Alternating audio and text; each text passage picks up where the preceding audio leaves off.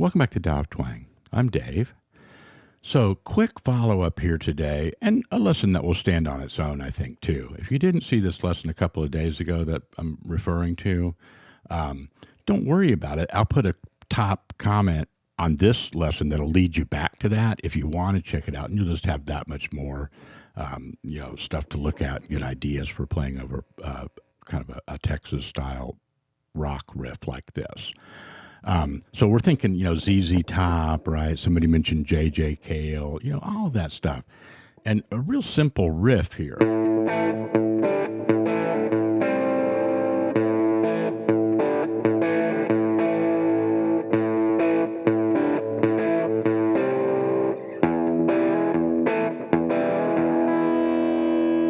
Okay. Now, here's one thing, the thing we really want to add today, because we really stuck to the A minor pentatonic and blues scale stuff the other day. Well, that works great. Doesn't need to be fixed, right? Sometimes you don't need that much more. That scale works out perfectly over this. So if you want to just take it a little bit next level, here's a couple of ideas you can do over that E7, the turnaround part of it. And the first one is, let's just put this right up here. Just an E7 arpeggio.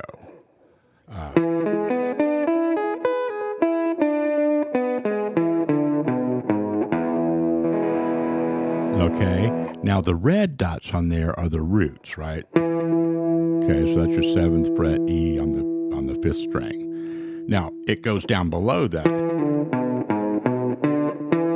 on the diagram, right? All the black notes.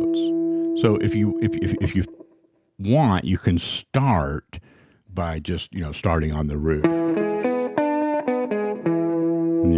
If you start right there, then you've got root, third, major third, 5th, flat 7, right? Which is also a nice note in that blues scale.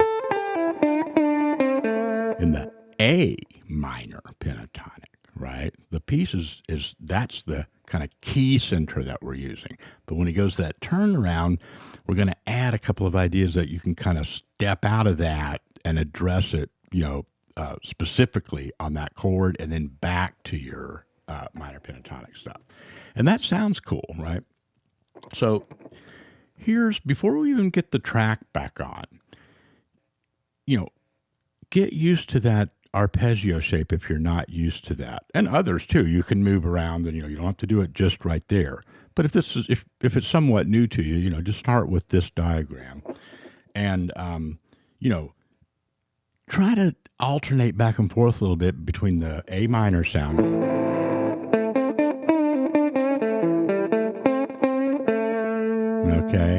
and that E7.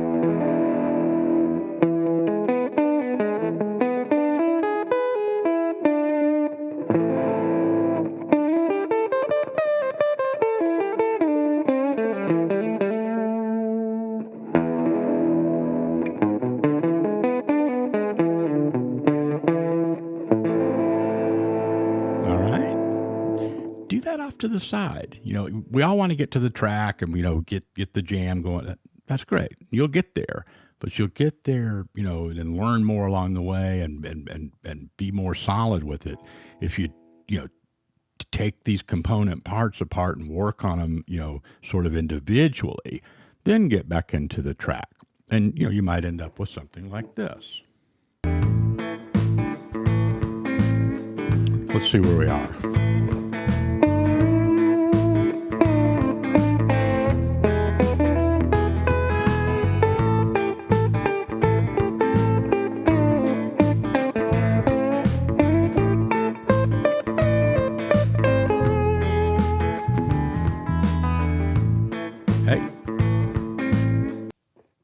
I cut myself off there, right? Because you know what? That note was great. Just that note. So sometimes I got to remind myself, we don't always have to do the whole arpeggio and the whole riff and the whole,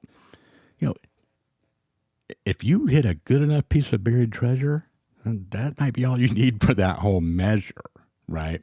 So that was the third, the major third.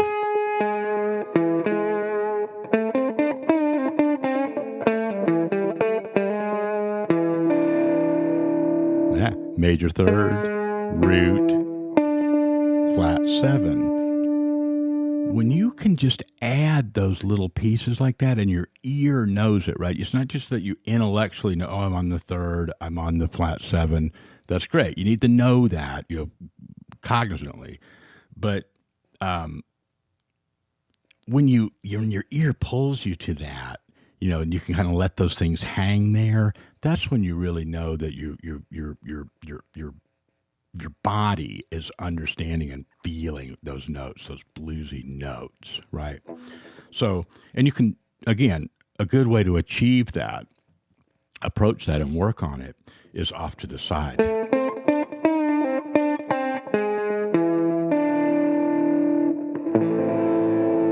Right? Even though there's no chords behind it, it's just rich with those intervals, with those harmonies, with that chord theory, right? In a way that you just you know it's right? You don't have to verify it with the diagram or whatever, right? So one step at a time. Take the diagram, get it under your fingers, but put it into a musical context. So that's your routine on that. Is kind of alternating. Doesn't matter about the timing and the metronome and all that at first.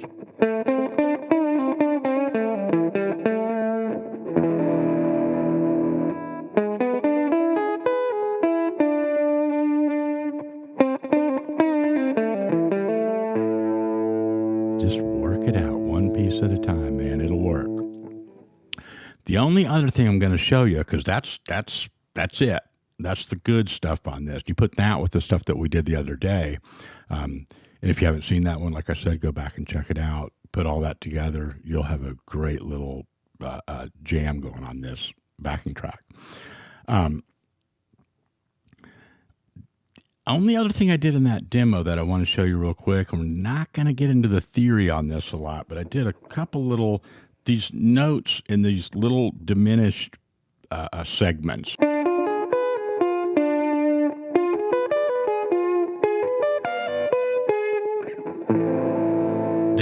They're almost identical to the notes in that E7 arpeggio. There's little differences, and we're not going to get sidetracked on that right now. But that's another. I'm just going to show them to you. It's another little series of things that you can do over that E that will sound really cool. And you can kind of use this. One thing about diminished licks and patterns is they can be repeated 3 frets up or down, and they'll always work out somehow harmonically. There's a little bit of magic there. Again, that's kind of the short summary of of the theory on that, but it works. So if we go.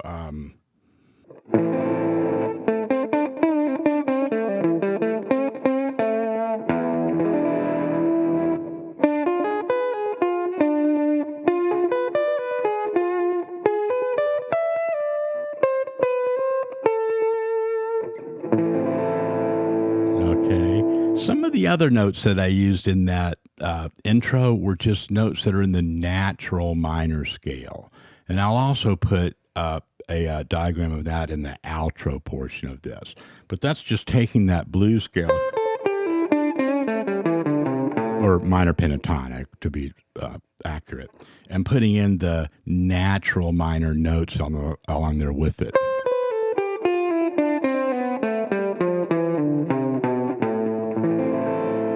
Okay. Now, I like to limit that on something like this because I want that dirtier, pentatonic blues sound. I don't want to be too flowery with all of that natural minor stuff. But, you can kind of sprinkle it in there almost in a kind of a Hotel California type way. You can take kind of a rock song like that and over some of the minor portions, put in little pieces like that. And that's kind of cool. And here's what I mean by that. If I was going...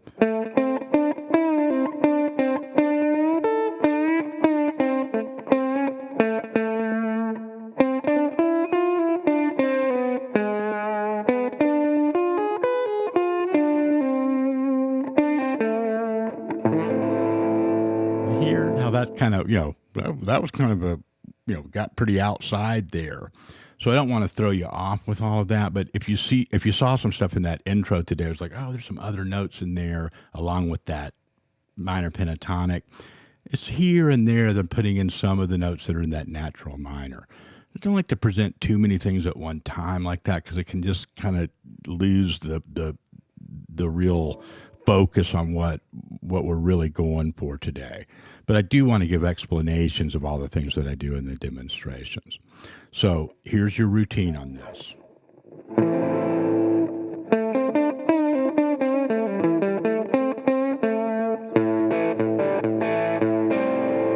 Mess around with that A part of the riff and the minor pentatonic, then get that arpeggio worked in there.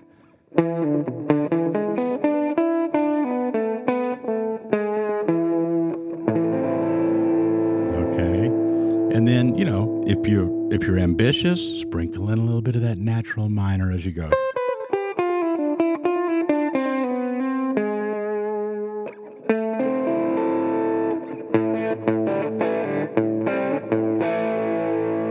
All right. See if you can come up with your own sensibility about how those things fit together and just be experimental. Don't worry about trying to play exactly what got played in the demonstrations and stuff today, okay? Take the information and open yourself up to it and see what happens. I think it'll be some good stuff. You might even surprise yourself. Let me know how it goes. I'll talk to you next time.